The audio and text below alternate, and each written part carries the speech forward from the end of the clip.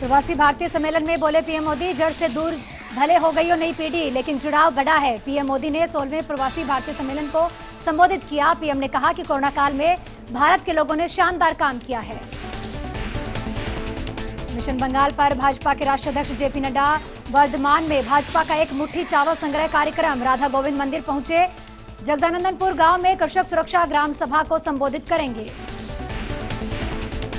महाराष्ट्र के भंडारा में अस्पताल में आग लगने से 10 मासूम बच्चों की मौत हो गई। शिशु वार्ड में आग लगने से 10 बच्चे जिंदा जल गए। 7 बच्चों को सुरक्षित बाहर निकाला गया। उद्धव ठाकरे ने जांच के आदेश दिए।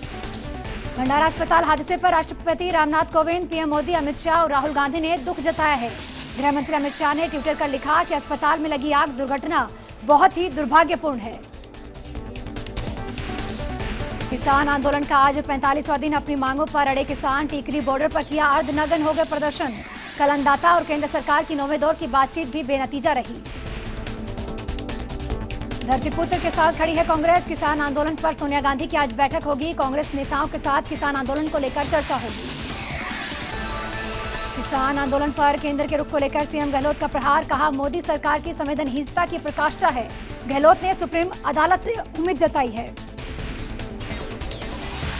रामगंज मंडी विधायक मदन दिलावर का विवादित बयान सामने आया। कहा, देश के तथाकथित किसान आंदोलन में चिकन मुर्गे खाए जा रहे हैं, इससे बर्ड फ्लू फैलने की आशंका पैदा हुई।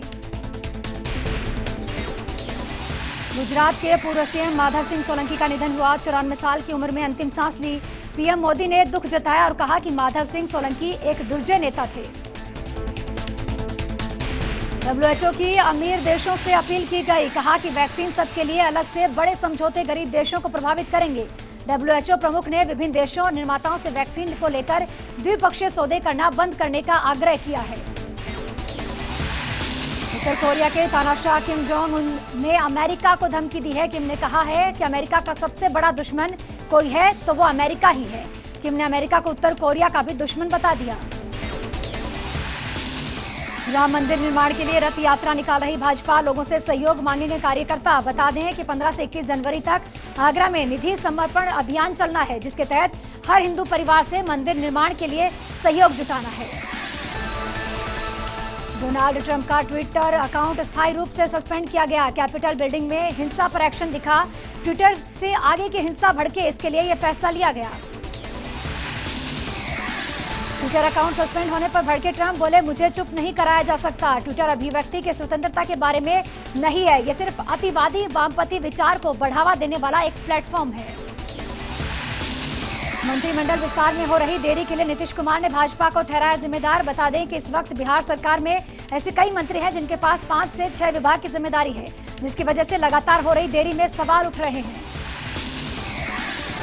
देश में 24 घंटे में मिले नए 18,222 मरीज, 228 लोगों की जान गई। तो वहीं देश में कुल केस का आंकड़ा बढ़कर अब 1,04,31,000 के पार पहुंचा। इनमें से 2,24,190 इलाज करवा चुके हैं। प्रदेश में पक्षियों की मौत का सिलसिला जारी है। कई जिलों में अलर्ट के हालात पैदा हुए। पक्षियों की मौतों को लेकर सरकार भी बेहद चिंतित है। फील्ड में विशेषज्ञ टीम पहुंच रही है। सुशील मोदी ने तेज प्रताप पर निशाना साधा और कहा कि शपथ पत्र गलत पढ़ने वाले भी सलाह दे रहे हैं। बता दें कि कल तेज प्रताप ने कोरोना वैक्सीन को लेकर सवाल उठाते हुए पीएम को टीका लगवाने की बात कही थी।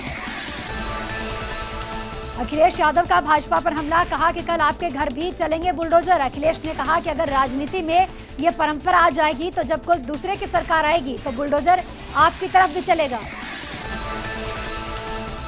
इलाहाबाद हाईकोर्ट ने एएमयू के खिलाफ संपत्ति कर वसूली कार्रवाई पर 31 जनवरी तक अब रोक लगा दी। साथ ही नगर निगम द्वारा यूनिवर्सिटी के जब्त बैंक खाते को भी खोलने का निर्देश दिया। दौसा में ट्रक चालक और खलासी से बड़ी लूट की वारदात को अंजाम दिया। स्कॉर्पियो सवार बदमाशों ने 20 लाख रुपए लूट लिए। आड़त कारोबारी की नकदी बताई गई। प्रदेश में फिर से जोर पकड़ रही है सर्दी। मौसम विभाग ने जारी किया अलर्ट। 15 जिलों में आज से कोल्ड वेव की चेतावनी। तो पूर्वी राजस्थान में ओलावृष्टि होने की संभावना। ऑस्ट्रेलिया के नाम रहा तीसरा दिन। इंडिया के लिए मैच में वापसी बेहद मुश्किल रही। सुशांत सिंह राजपूत के ड्रीम प्रोजेक्ट चंदा मामा दूर के को पूरा करेंगे डायरेक्टर संजय सिंह चौहान। बॉलीवुड की famous choreographer director Farah Khan का आज जन्मदिन है।